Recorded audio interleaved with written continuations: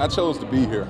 I chose to be here. There was a few other schools reaching out to me, but I chose to be here, and that's what Guard the Yard is. I chose to stay back and guard the yard. Not only me, but it was some players that had opportunity to move on, and they chose to stay. And they chose to stay here and guard the yard. And these fans, they don't let nobody talk about Jackson State. That's Guard the Yard. That's what it's all about, and we're going to continue that. It shows the hard work this staff has been doing all in this signing period.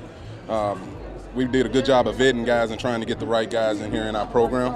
And we wanted to make sure we were going to get needs, to replace the needs. And we needed some safeties, we need some receivers, we needed pretty much some upgrades at every position with that transfer portal. So I think we did a good job. We got a very exciting crew for our speed, size, and everything that kind of fits what we're looking for. Just hit the ground running. Hit the ground running, just going out there after the best available, not taking a step back to any other schools. We're Jackson State. I said it earlier, we're the Mecca. We are the standard.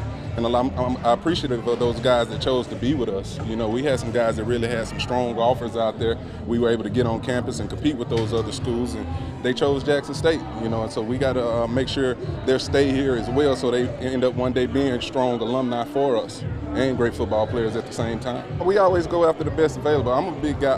I'm a big believer going out and get what you need, though. I don't want to necessarily be stockpiling guys. I think that's how you kind of lose guys to the portal. You build depth at positions you need, and then you play those guys, and you keep your word with them. You be honest with them through the recruiting process, and I think if you do that, and also, too, we do a good job of attacking the parents.